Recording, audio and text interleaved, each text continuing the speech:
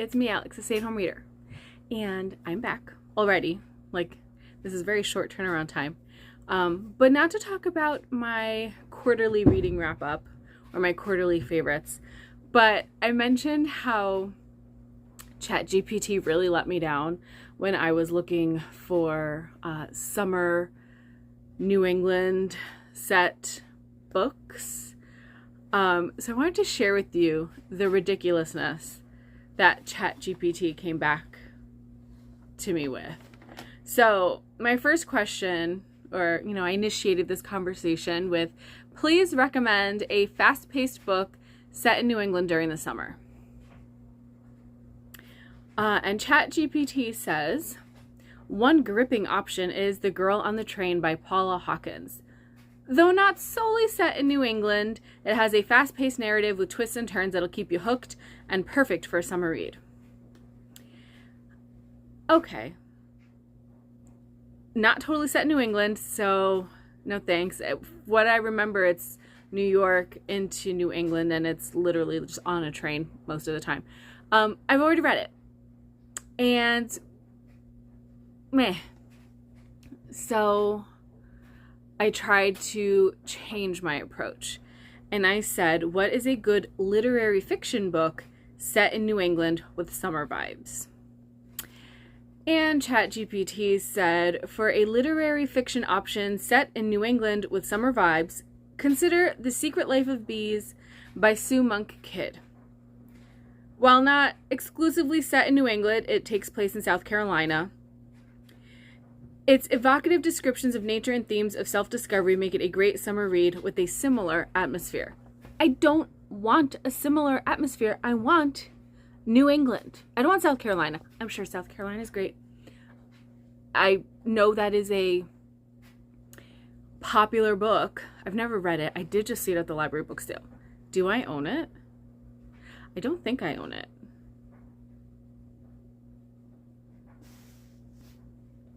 No, I just checked. I do not own it. I have The Secret of something else, and I just saw The Secret Life of Bees at the library book sale. So I know it's a very popular, well-loved book. Not what I'm going for. So I asked, what is the best book set on the New England coast? One of the best books set on the New England coast is The Shipping News by Annie Proulx, I think. It beautifully captures the rugged beauty and harsh realities of life in coastal Newfoundland, an area with cultural and geographical similarities to New England. Okay, I am adding it to my TBR, but that's not what I'm looking for. I would like a summer read set on the coast of Maine or Massachusetts. Narrow it down here for you, ChatGPT. A fantastic summer read set on the coast of Maine is The Vacationers by Emma Straub. It follows a family's vacation in Majorca. But many of the characters are from New England, particularly Massachusetts. The coastal setting and family dynamics make it a perfect summer escape.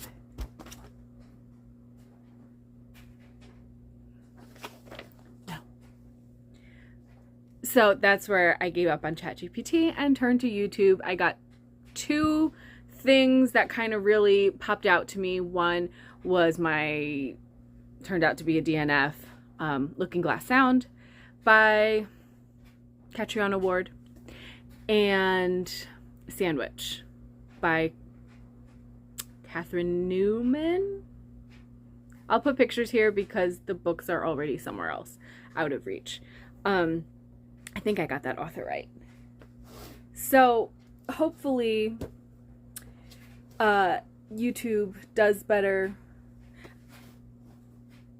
Well, with Sandwich, I already know that Looking Glass Sound didn't work out. It didn't give me a sense of place that I was looking for. Also, none of the characters were likable.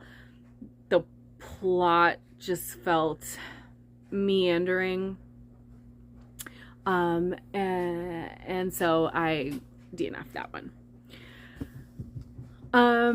So since that didn't help me out. I figured, in case you were looking for summertime books set in Maine, don't bother with ChatGPT.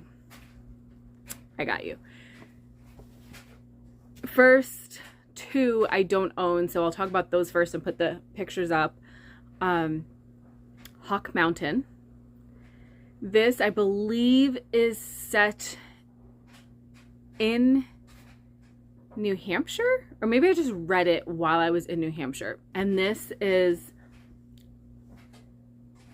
literary, psychological, thriller adjacent. I have a vlog, I believe. If I can find it, I will link it in the description below. I read it at my in-laws' lake house. Perfect New England book to read in New England. It is about a man who runs into his childhood bully as an adult, and how that bully inserts himself into this man's life now and befriends the man's child. And it has this kind of psychological thriller, and then it all of a sudden takes a really sharp turn that I didn't see coming. I don't know. If you read it, did you see it coming? I did not see it coming. The writing is very sensory, and so that's a great one for summertime coastal New England vibes. The other one is The Mid-Coast, which I talked about, I believe, Adam White. Again, I'm not great with remembering author names, but I'm putting it up here. This is about a kind of a rags to riches story, told from another point of view of a man who was from a coastal town on Maine's mid-coast, and he goes away to school. He's, from a privileged family, a more upper class, wealthier family. And when he comes back to the area, the new power couple, the new wealthy family, is someone he remembers from growing up there, and they used to be poor. So what is going on? And we follow the story of them becoming kind of self-made through real estate, the lobstering business, and some illegal activity. It opens with a scene involving police, and then it goes back to tell the story, and then circles back to that opening scene at a huge party where police show up, and you're like, what happened? Who's dead? Who killed him? Who's missing? What? Who? How? And by the time you get back to that scene, it's just been this roller coaster of like, I get it. I understand your motivations. You're really likable, bad guy. The place and the people. It was like, I swear I could picture my husband's cousins like as some of the characters. I could picture the Rocky Coast, and yeah, excellent book set in Maine. So here is my stack of books that I own. What's funny is that I think they're mostly kids' books. So let's start with that. First of all, The Penderwicks by Jean Birdsall. This is a story about four siblings. They're four sisters. Their mother passed away, I think, during or shortly after the birth of the youngest sister, and they live with their father, who is a teacher. I think they live in Massachusetts. And every summer they rent a house for vacation. But this one particular summer, the house that they normally rent is taken, and so they are instead renting a cabin on some other estate. And the woman who owns the property, wicked, awful, elitist, snobby woman. Her son, however, is a freaking delight, and he befriends the girls, and it is just their summer. It's a really innocent, summertime, nostalgic kind of story. It is a series of 4 or 5, I think 4 books. So this is where we meet and fall in love with all the characters. Not so much of a plot other than, yeah, it's a summer romp of, childhood. And I think this is the 3rd book in this series, but this one I believe is my favorite. So now this is the Pendericks at Point Muette, which is a beach house that they are able to rent. They don't go back there. Now they rent out a beach house, and the boy from this becomes a lifelong friend of theirs. Did I mention the series is a retelling of Little Women? I have never read Little Women, but I loved this whole series so much. I think I need to, and then go back and find the parallel. I know the parallels, I know enough about the Little Women story to be able to identify the parallels without having read that book. So that boy that they meet here is, a lifelong friend. He joins them on their summer vacation here on, I believe they stay in Massachusetts, but they rent a house in a beach town, and it is just fantastic. Things start getting a little more serious as they grow up. There's a little bit of romance between the characters. Again, Little Women. It really does follow that plot line well, recycled into these characters. But this one is just, again, pure childhood summertime nostalgia. It is wonderful. I went through the whole series with my kids, absolutely loved it. I think this one multiple times, and this one is my favorite. A Day No Pigs Would Die. This is my really rough copy that my dad got at an estate sale or a flea market or something and passed on to me. This is about a boy. He's a shaker. His father works for a pig farmer. I think he slaughters pigs. And they have their own little farm that they run themselves, and set in Vermont. The boy ends up raising a pig himself. Very Charlotte's Web, kind of there's probably a runt pig. In some way he ends up with a pet pig that he raises, and later is just very attached to that. But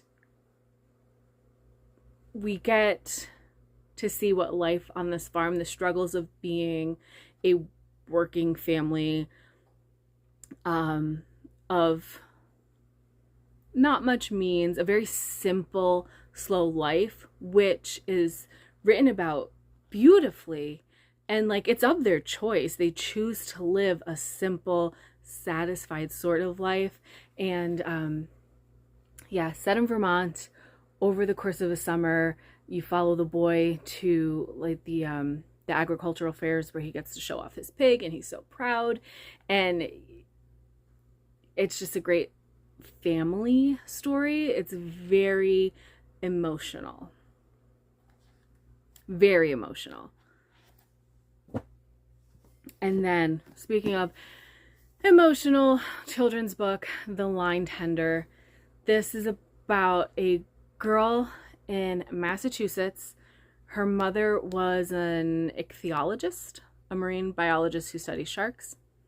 But her mother passed away of like really fast and unexpected. She was out on a boat doing some research, and I don't know if she had a stroke or an aneurysm caused a brain bleed, something along those lines. So she's been dealing with grief.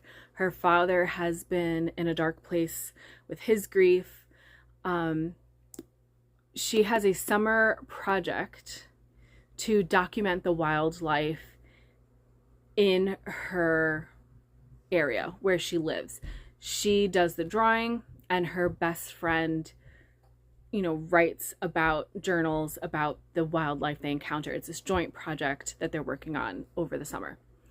I think her friend kind of came up with this idea as a way to kind of help her cope with her grief.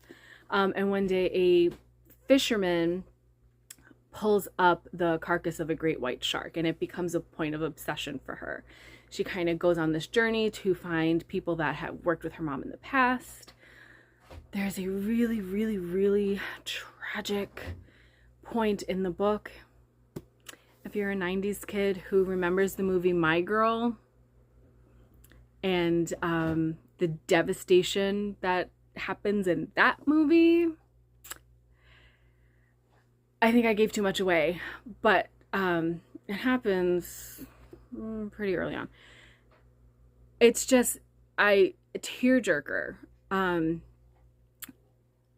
And while I was reading this, in the days I was reading this, it made me have the saddest dream I've ever had that I don't even like to think about, but like I woke up sobbing. Like my husband woke up and was like, "Are you okay?" So, you know me, I love an emotional book. This one also has drawings in it of different sharks. I want my son to read it, but at the same time, like, I don't want to hurt him, but I think he would really like this book.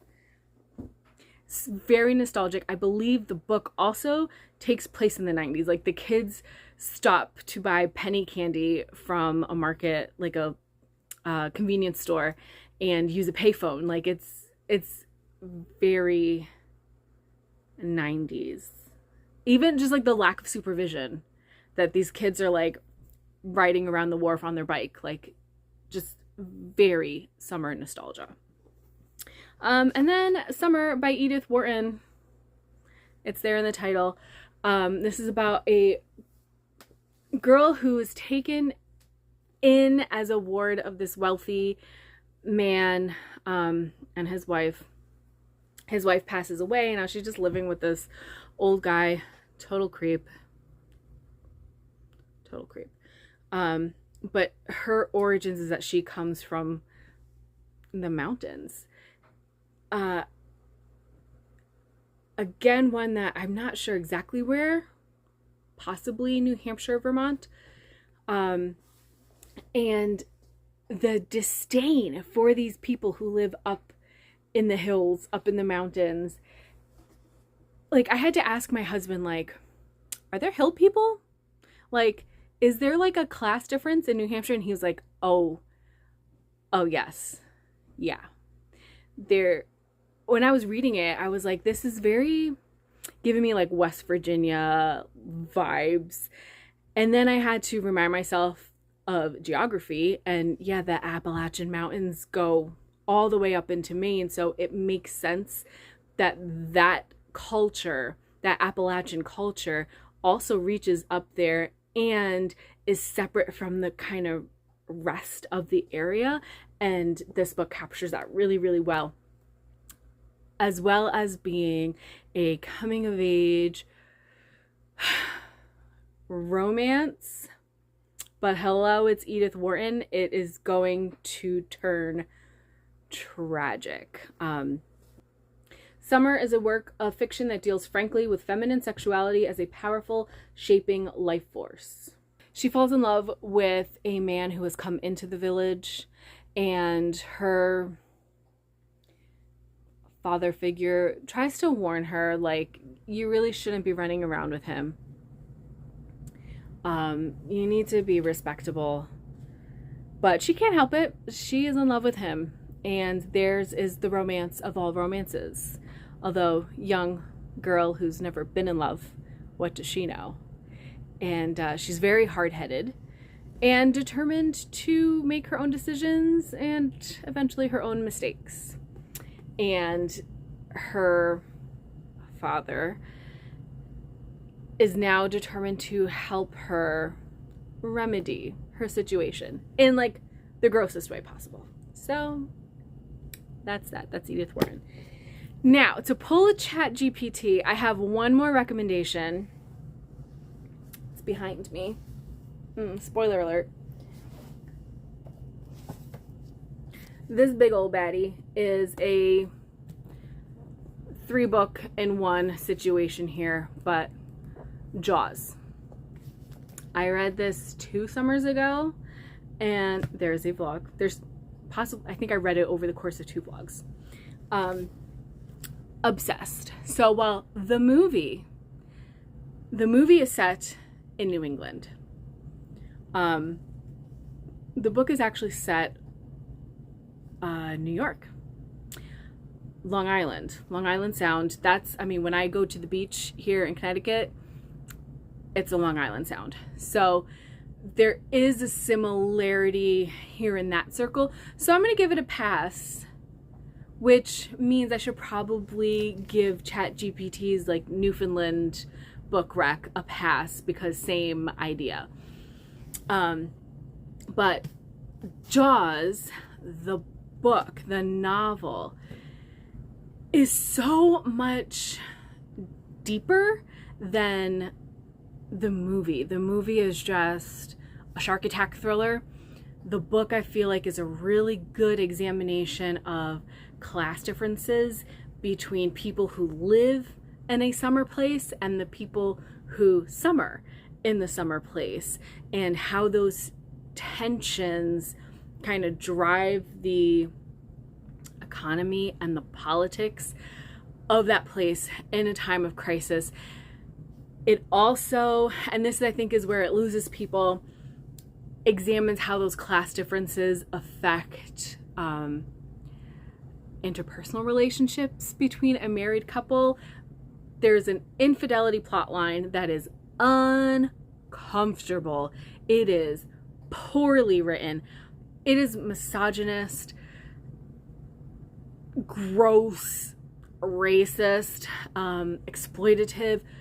But if you can pull back the uncomfortable, like on the surface, there is a point to it, to why this character is doing what she's doing and what it says about her, what it says about her life's choices, and what it says about how she regards her husband and her home. So I forgive it. But yeah, so New England vibes for sure. Just because it's small town, beach town, lots of tourism from the city. The movie is set in New England. The book, not very far away. I think Peter Benchley lived Massachusetts, New York, like Cape Cod, Long Island. And so he does well writing that place. The other books in this, I'm pretty sure, are Caribbean and islandy. So that's why I kind of want to reread Jaws this summer. I actually put it on my book club's recommendations to vote, but because we're a few months in advance, it wouldn't come up until the September book club options, which is unfortunate. And then I did see, I guess it's an anniversary edition of the book. There has been a recent reprint of it. And so there was a whole table of Jaws, the novel, at Barnes & Noble. And like, well, this is great. I think I actually got this for free with thrift book credits. Like, you buy so many books, you earn a free book, or you earn so many points and you earn like a free book. this was free.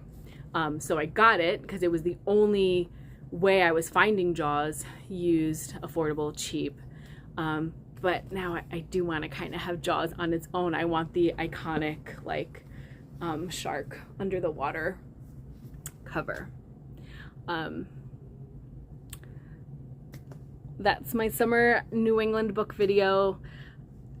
Give me recommendations, please, because ChatGPT was no help. I am going to add The Secret Life of Bees and The Shipping News to my awareness list, like books I've heard of.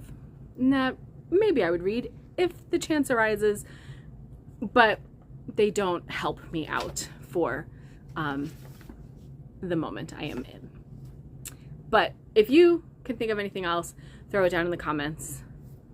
Thank you so much. Oh, I see that I have hit 100 subscribers in like the 3.5 years I've been making videos for this channel. And so thank you everyone who is here. I've definitely built connections to people in comments, in chats, either on their channels or my own. And I go back and forth, and I know I don't post regularly. I go back and forth with how worth it making videos is, but I love it here. I love it here in whatever capacity I am able to engage with. But thank you, and I will see you soon. Bye.